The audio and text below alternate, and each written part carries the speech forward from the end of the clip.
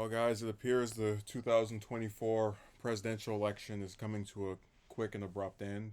The front runner has now officially jumped in. He's sweeping the polls and riding a coattail to victory.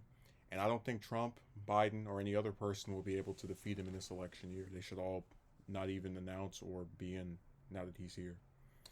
Former Arkansas Governor Asa Hutchinson is running for president in 2024, he said Sunday. I am going to be running, and the reason, as I've traveled the country for 6 months, I hear people talk about the leadership of our country, and I'm convinced that people want leaders that appeal to the best of America, and not simply appeal to our worst instincts. Hutchinson said during an interview with Jonathan Karl on ABC's This Week, I believe I can be that kind of leader for the people of America. Hutchinson will make a formal announcement later this month in Bentonville, Arkansas, he said. Hutchinson is entering the GOP primary at a tumultuous time in the race as its current frontrunner, former President Donald Trump, faces an indictment stemming from a case related to hush money paid to porn star Stormy Daniels during Trump's 2016 presidential campaign.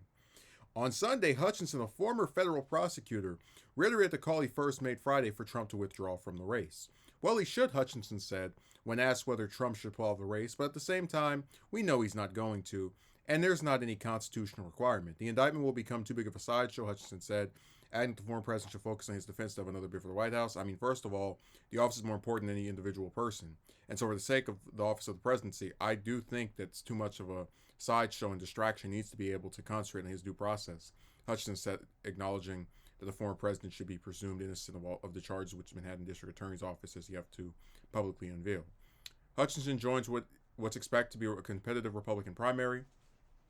In addition to Trump, former South Carolina Governor Nikki Haley, conservative entrepreneur Vivek, I don't know how to pronounce this guy's last name, have launched campaigns, and several others have said they're considering joining the fray. So far, Hutchinson is the only candidate or speculative candidate to call on Trump to remove himself from the race. Others have condemned the investigation as a partisan attack by Alvin Bragg, the Manhattan District Attorney who brought the case to the grand jury. Haley described the case as more about revenge than justice. Former Vice President Mike Pence called the indictment an outrage. Florida Governor Ron DeSantis said the move was un-American. Hutchinson has been critical of the case. I don't like the idea of the charges from what I've seen coming out of New York, he said Sunday, but the process has got to work, and we've got to have respect for our criminal justice system, but also for the office of the presidency. So, I tried to start this off with a little joke, attempting to be funny. Maybe it worked, maybe it didn't. Very seldom do I get as comical as I try to be. And I've also tried to steer away from making definitive political statements, because predictions oftentimes can be wrong. But I'm going to tell you that there is a higher chance of. Actually, no, I'm not even going to try to be witty. Hutchinson has no chance whatsoever, under almost any circumstance, of winning this primary. And the reasons for that are twofold. One, he has positions that are really not in any way interesting or remotely different from Trump. It's like, yeah, I know he called him out over the inciting of the January 6th attack or Capitol storming. But again, that's really not a position. That's just sort of, one is against overturning elections in a non-democratic way and the other one isn't. And we know that the voters like that stuff on the Republican side, which is why Trump is still leading and overwhelmingly leading his competitors. I would say that name recognition is also a problem, but this isn't like a Marianne Williamson situation where you actually have someone with positions that would help people so the corporate media doesn't talk about her. He's going to get coverage.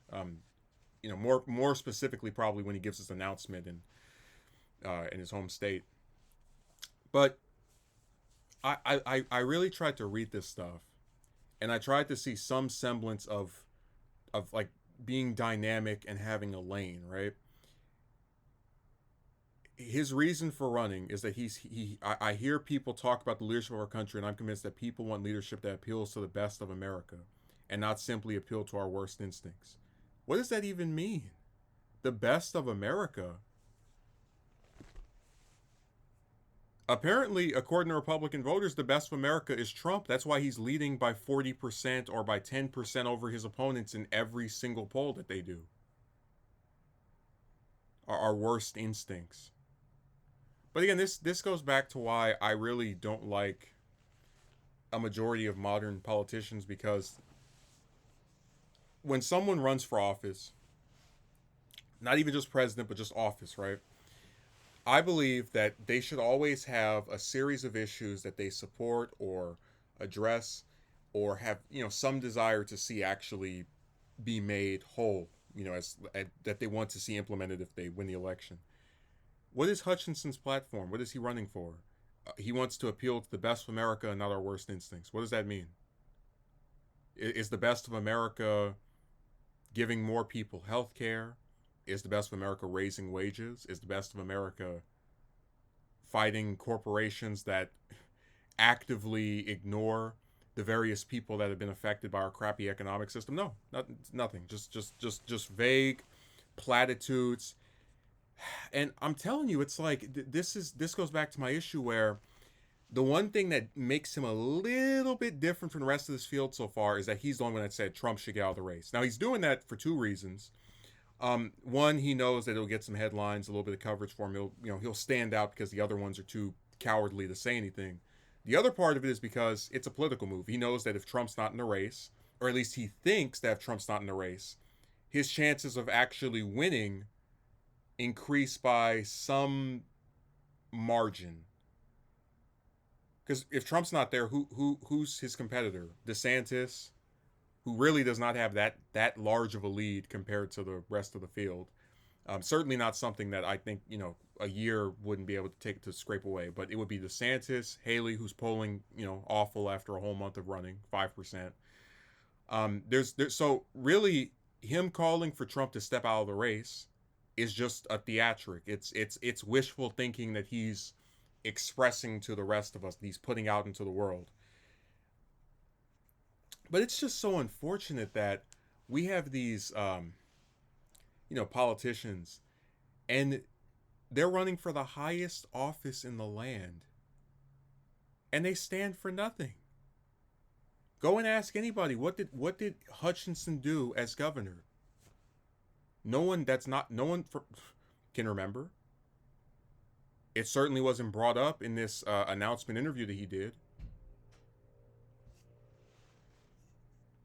In a lot of ways, it kind of reminds me of, and we saw this with Haley, where she put out her video and was talking about her background and past, and then all the way at the end of it, she starts talking about term limits and standing up for America internationally. Just finally gets a little bit into what she would actually do.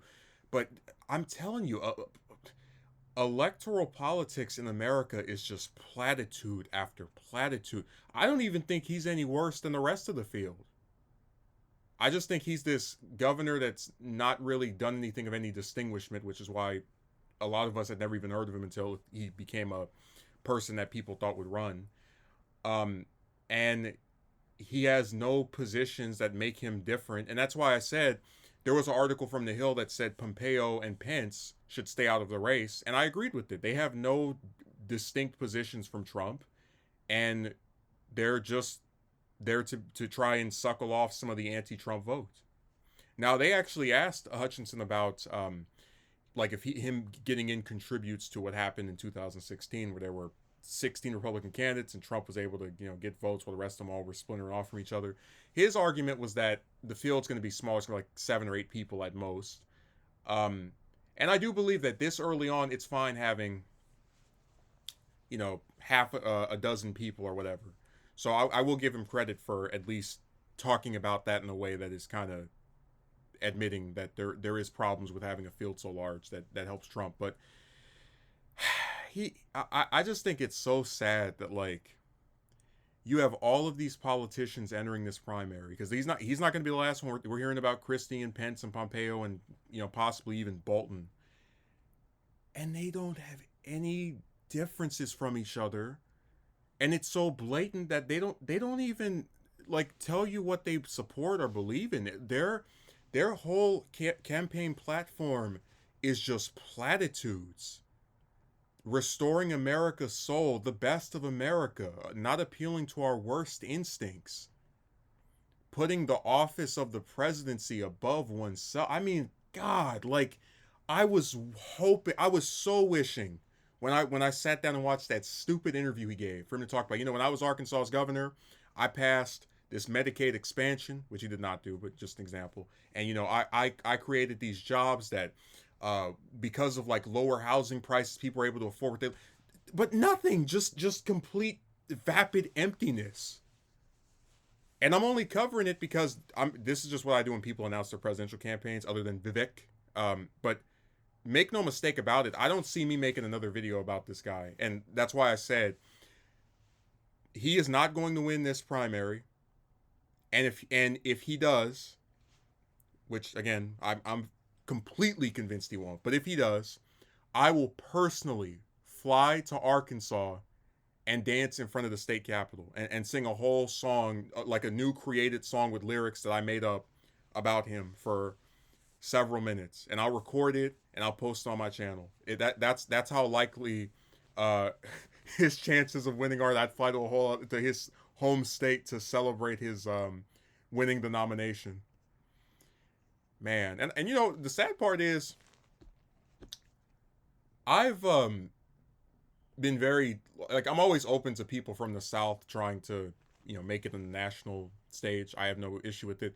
It's just that a lot of the people that are there now, whether it's him or Abbott or DeSantis, they don't have any distinct positions from each other. So when they run against each other, it's like a bunch of clones. At least in the Democratic primary, the last one, Sanders was for single payer, Klobuchar was not. Biden wasn't. Warren was, but at least with them, they have enough people to where there's distinctions and whatnot.